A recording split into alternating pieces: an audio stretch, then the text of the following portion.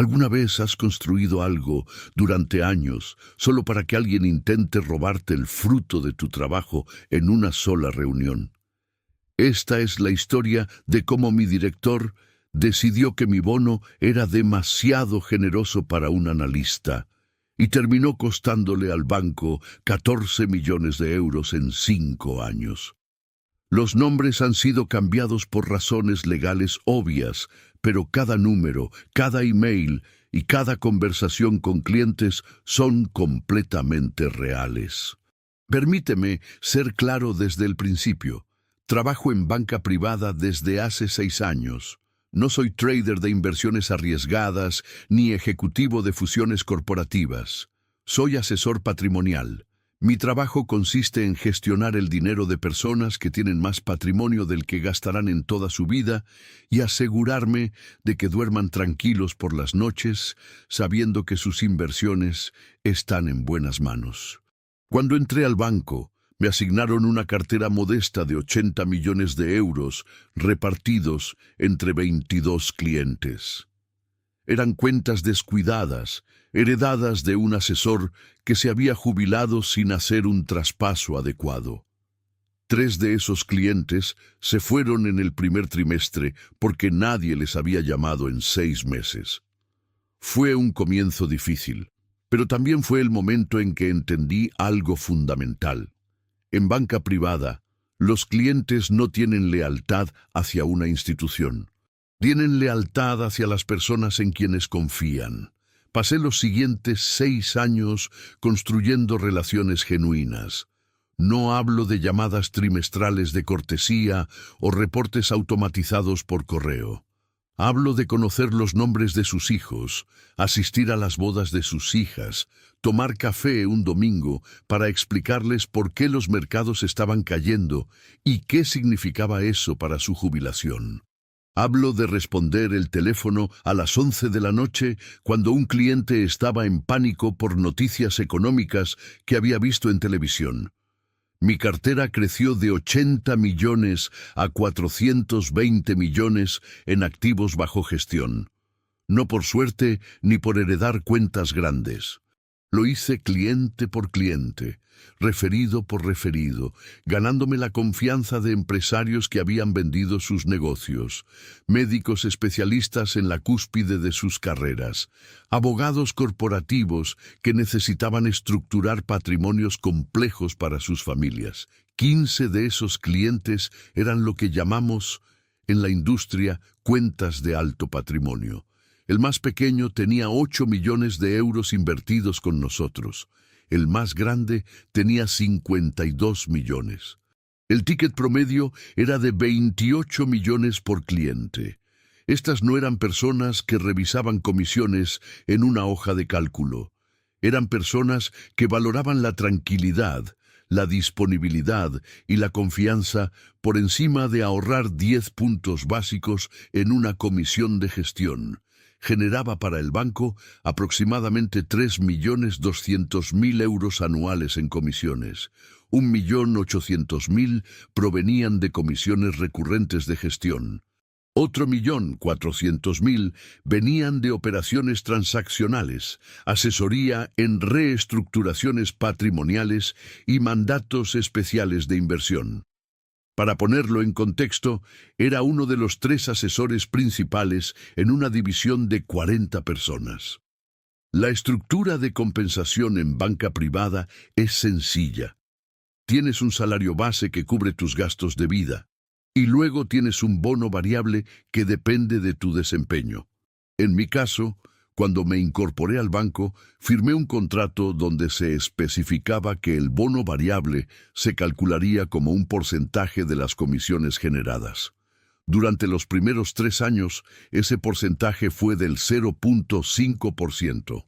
Después de alcanzar ciertos hitos de desempeño, se incrementó al 0.8%.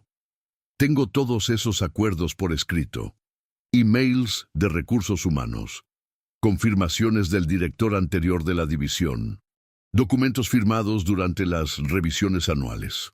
No dejé nada al azar, porque en esta industria he visto demasiadas veces cómo las promesas verbales se evaporan cuando llega el momento de pagar. El año fiscal anterior fue excepcional. Superé todas mis metas en un 150%. Capté 4 nuevos clientes que aportaron 80 millones en activos frescos. No perdí un solo cliente por rotación voluntaria. Mi índice de satisfacción medido en las encuestas trimestrales fue de 95 sobre 100. Trabajé fines de semana, atendí crisis de mercado durante vacaciones y mantuve a mis 15 clientes principales completamente satisfechos en un año donde los mercados habían sido particularmente volátiles. Según mis cálculos, mi bono debería rondar los 180.000 euros. Sabía que el banco podría ajustar hacia abajo por temas de presupuesto general, así que mentalmente me preparé para recibir entre 150.000 y 160.000. Era un número justo considerando que había generado más de 3 millones para la firma. Entonces llegó enero y con él la revisión anual de desempeño. 18 meses antes, nuestro director de división anterior se había jubilado. Era un hombre de 62 años que había construido su carrera en banca privada. Entendía el negocio. Entendía que los asesores patrimoniales son el activo más importante porque sin ellos, los clientes simplemente se van a otro banco. Fue reemplazado por Rodrigo Mendoza, un director que venía de banca corporativa. Rodrigo tenía 46 años, traje impecable y una obsesión enfermiza con las hojas de cálculo. En banca corporativa había gestionado préstamos a empresas grandes donde las relaciones eran con directores financieros, no con individuos. No entendía la naturaleza personal de la banca privada. Para él, los clientes eran números en un balance y los asesores éramos empleados intercambiables. La reunión de revisión fue en su oficina. Rodrigo tenía mi expediente abierto en su computadora. Comenzó con elogios genéricos. Buen año, excelentes números, el banco estaba satisfecho. Luego vino el giro. Tenemos que hablar sobre tu compensación, dijo, ajustando sus lentes. Tu bono proyectado según la fórmula antigua es desproporcionado para tu nivel. Sentí una piedra en el estómago. ¿Fórmula antigua?, pregunté. La estructura que tenías firmada ya no se aplica. Hemos implementado nuevas políticas de equidad interna. No podemos tener analistas ganando más que directores asociados. Crea problemas de jerarquía organizacional. Saqué mi teléfono y abrí la carpeta de correos guardados.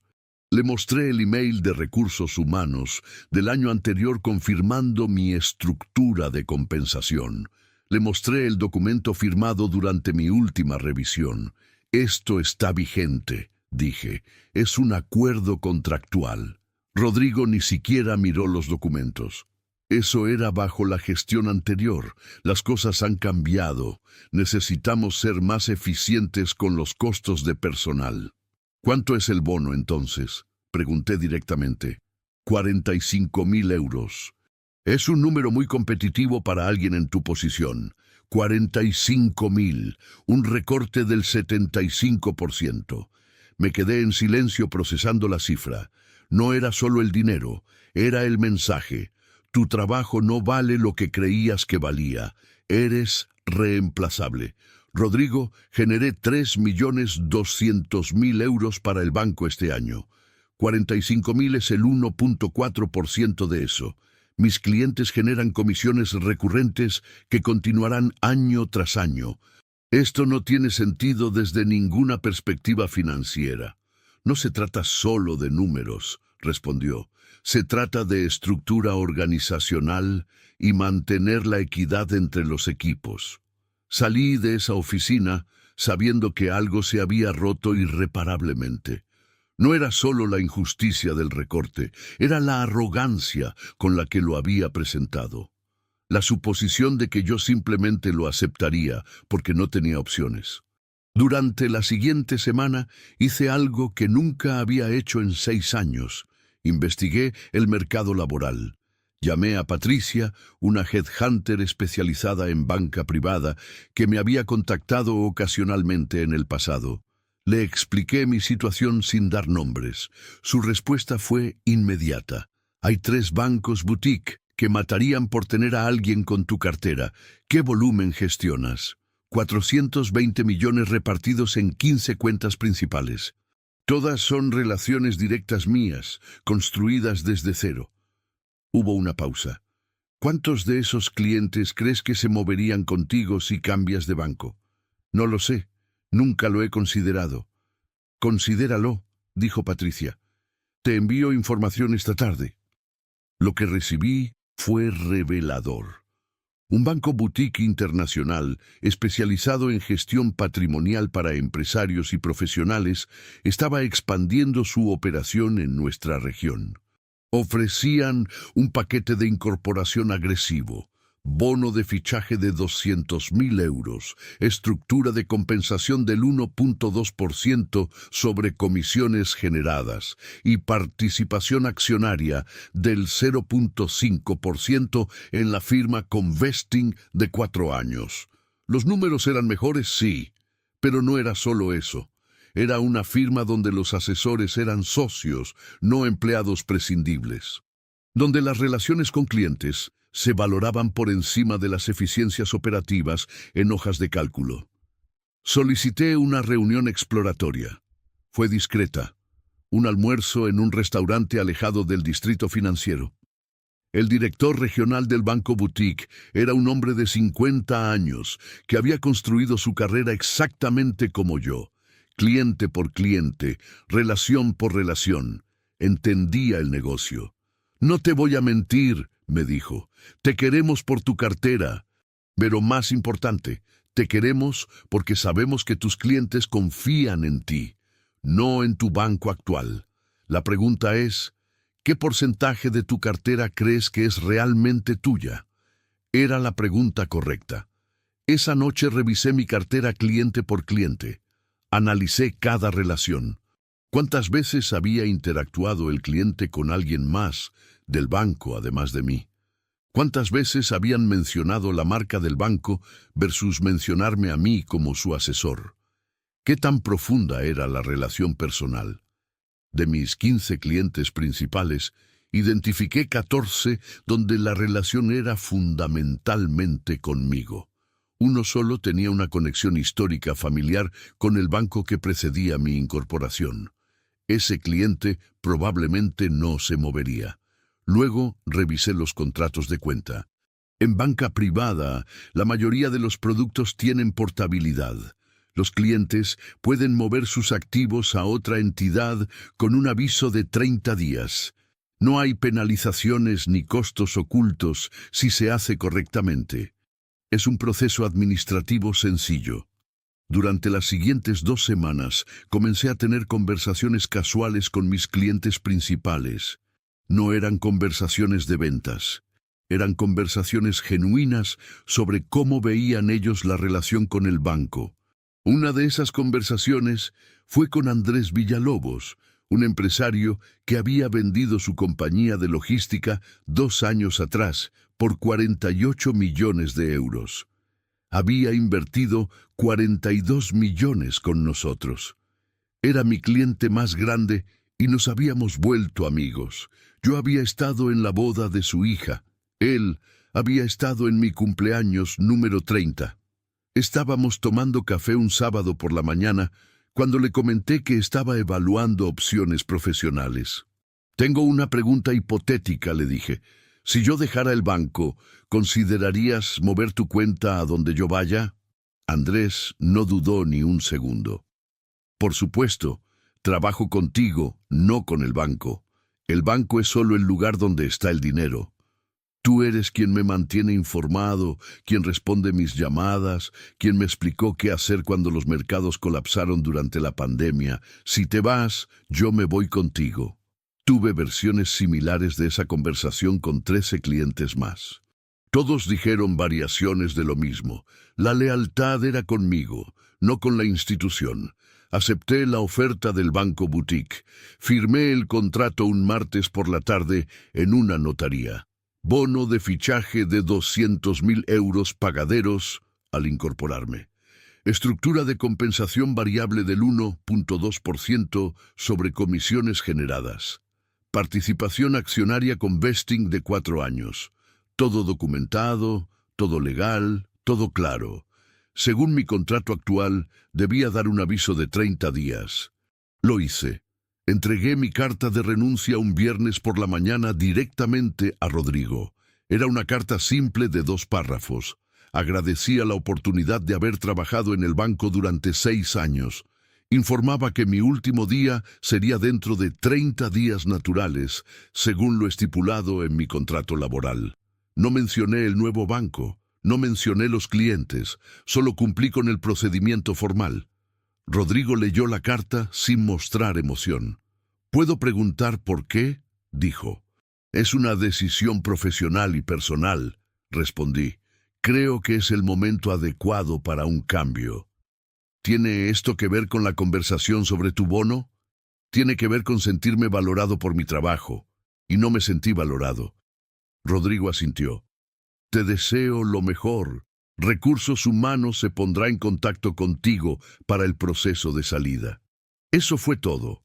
Sin contraoferta, sin intentos de retención, solo indiferencia profesional.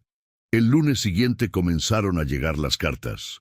La primera fue de Andrés Villalobos, una carta formal dirigida al Departamento de Operaciones del banco solicitando el traspaso total de sus activos a otra institución financiera. 42 millones de euros. Adjuntó toda la documentación requerida. Especificó el plazo de 30 días según los términos contractuales de su cuenta. El martes llegaron 3 cartas más. El miércoles, otras 5. Para el viernes de esa semana, 14 de mis 15 clientes principales habían presentado solicitudes formales de traspaso de activos. 380 millones de euros solicitando salir del banco en un lapso de 5 días. El Departamento de Operaciones entró en pánico. Estas no eran cuentas pequeñas que procesaban rutinariamente. Eran patrimonios complejos con múltiples vehículos de inversión, mandatos de gestión discrecional, estructuras familiares y fideicomisos. Cada traspaso requería documentación legal, verificaciones de cumplimiento y coordinación con el banco receptor. Rodrigo me llamó a su oficina el lunes de la segunda semana. Su tono había cambiado completamente. Ya no era el director arrogante con obsesión por hojas de cálculo. Era un hombre en crisis. «Necesitamos hablar sobre lo que está pasando con tus clientes», comenzó. «No son mis clientes», respondí. «Son clientes del banco. Yo solo soy un empleado, ¿recuerdas? Un analista con compensación desproporcionada». Rodrigo ignoró el sarcasmo. 14 solicitudes de traspaso en una semana. Esto no es coincidencia. ¿Les dijiste que se fueran? No les dije nada. Cada cliente tomó su propia decisión según sus propios intereses. Es su dinero, Rodrigo. Tienen derecho a moverlo donde quieran. Esto es antiético. Estás saboteando al banco. Saqué mi teléfono y abrí mi correo electrónico. ¿Quieres que revisemos juntos cada conversación que tuve con cada cliente? Todas están documentadas. En ningún momento les pedí que movieran sus cuentas. Les informé que estaba cambiando de banco. Ellos preguntaron si podían seguirme. Les dije que era su decisión personal. ¿Hay algo ilegal en eso? Rodrigo cambió de táctica. ¿Qué necesitas para quedarte? Podemos reconsiderar tu bono.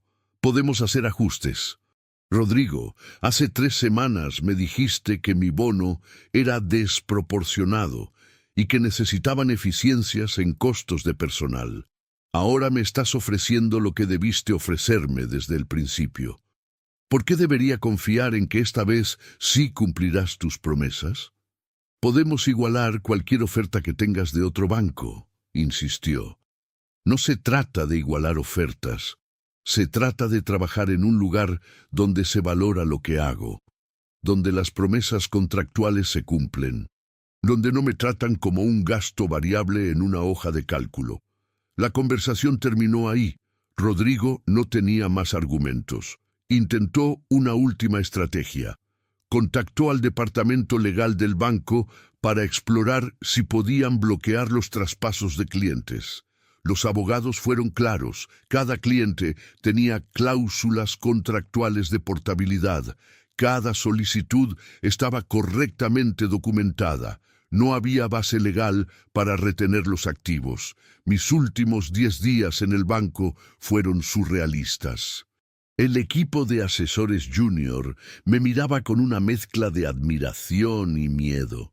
Rodrigo evitaba cualquier contacto. El departamento de operaciones trabajaba tiempo extra procesando traspasos. Los clientes llamaban constantemente preguntando por el estatus de sus solicitudes. Durante ese periodo, Rodrigo fue convocado a una reunión de emergencia con el director ejecutivo regional. Necesitaba explicar cómo una sola salida de personal había desencadenado la pérdida de 380 millones en activos bajo gestión en menos de 2 semanas. No estuve en esa reunión, obviamente, pero uno de los asesores senior que sí estuvo me contó después lo que sucedió. El director ejecutivo regional le preguntó a Rodrigo directamente cuánto había ahorrado el banco al recortar mi bono. Rodrigo respondió que aproximadamente 135.000 euros, comparado con lo que yo esperaba recibir según la estructura anterior. El director ejecutivo hizo un cálculo rápido en la pizarra de la sala. 380 millones en activos perdidos, comisiones recurrentes anuales promedio del 0,75%. Eso eran 2.850.000 euros anuales en ingresos perdidos. Proyectado a 5 años, 14.250.000 euros. Ahorraste 135.000 y nos costó 14 millones, dijo el director ejecutivo. Explícame la lógica. Rodrigo intentó argumentar que era imposible predecir que los clientes se irían. El director ejecutivo lo interrumpió. En banca privada siempre debes asumir que los clientes siguen a sus asesores. Es la regla número 1 de este negocio. ¿Cómo no sabías eso? La reunión terminó con Rodrigo siendo suspendido temporalmente mientras se realizaba una investigación interna sobre la gestión de compensaciones de todo el equipo. Resultó que no solo había manipulado mi bono, había recortado los bonos de otros 6 asesores para inflar su propio presupuesto discrecional y su propia compensación variable. Él había recibido 320.000 euros de bono ese año, el doble del año anterior. Durante mis últimos 3 días en el banco, preparé un documento. Era un análisis financiero detallado de la situación. Incluía cada email donde Recursos Humanos y el director anterior habían confirmado mi estructura de compensación. Incluía mi desempeño año tras año. Incluía los números exactos de comisiones generadas. Incluía el cálculo de valor presente de las comisiones perdidas durante los próximos 5 años.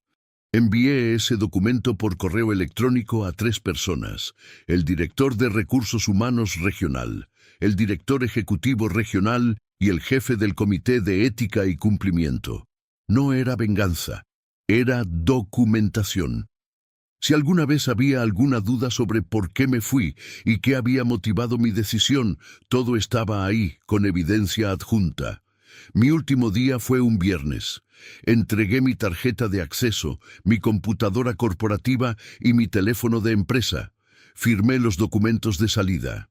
Estreché manos con algunos colegas que respetaba y salí del edificio a las 5 de la tarde sin mirar atrás.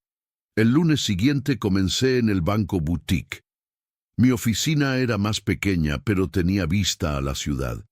Mi equipo de soporte consistía en 2 analistas junior dedicados exclusivamente a mis cuentas. La cultura era completamente diferente. Los socios se reunían cada semana para discutir estrategias de cliente. Las decisiones se tomaban por consenso, no por mandato jerárquico. Durante las siguientes 6 semanas se completaron los 14 traspasos. 380 millones de euros llegaron a mi nueva firma. Cada cliente expresó alivio de haber tomado la decisión. Varios comentaron que el proceso en el banco anterior había sido innecesariamente complicado, como si estuvieran poniendo obstáculos administrativos para retrasar las salidas. Mi primer año en el banco boutique fue extraordinario. Generé 3.400.000 euros en comisiones. Mi bono fue de 285.000 euros según la estructura del 1.2%. Sumado al bono de fichaje, mi compensación total fue de 485.000 euros, casi 11 veces lo que me habían ofrecido en el banco anterior. Pero los números verdaderamente interesantes estaban del otro lado. Supe por contactos que seguían en mi antiguo banco lo que sucedió después de mi salida. Rodrigo fue despedido 3 meses después. La investigación interna reveló que había manipulado bonos de múltiples asesores durante 2 años para inflar su propio desempeño gerencial. Enfrenta ahora una demanda laboral colectiva de 6 empleados. La división de banca privada del banco anterior perdió 4 asesores adicionales durante los siguientes 6 meses. Cada uno se llevó entre 80 y 150 millones en activos. La división completa entró en modo de crisis. Subieron las compensaciones para retener al equipo restante. Contrataron una consultora externa para revisar las estructuras de incentivos.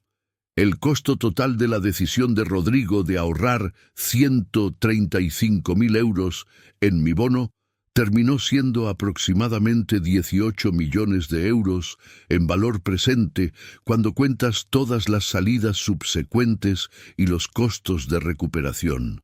He pensado mucho en qué hubiera pasado si Rodrigo simplemente hubiera cumplido el acuerdo original. Si me hubiera pagado los 180.000 euros que estaban documentados por escrito, yo habría seguido en el banco, feliz y productivo. Los clientes habrían permanecido, la división habría continuado creciendo. Él habría sido visto como un director exitoso. En cambio, eligió la arrogancia, asumió que yo no tenía opciones, subestimó la naturaleza de las relaciones en banca privada. Creyó que los números en su hoja de cálculo eran más importantes que las personas que generaban esos números. No siento satisfacción particular por lo que sucedió. No era mi objetivo destruir una división o costarle millones al banco.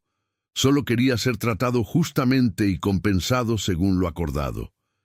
Cuando eso no sucedió, tomé la única decisión racional disponible. Me fui a un lugar donde sí me valoraban. Los clientes vinieron conmigo porque esa es la naturaleza fundamental de la banca privada. Las personas confían en personas, no en instituciones. Los logos corporativos y las campañas de marketing son irrelevantes cuando alguien está confiándote el patrimonio que tomó décadas construir. Rodrigo aprendió esa lección de la manera más cara posible. 135.000 euros ahorrados. 14 millones perdidos, una carrera arruinada, una división desestabilizada. Todo porque decidió que mi bono era demasiado alto para un analista. A veces, las decisiones más caras son las que parecen ahorrar dinero en el corto plazo.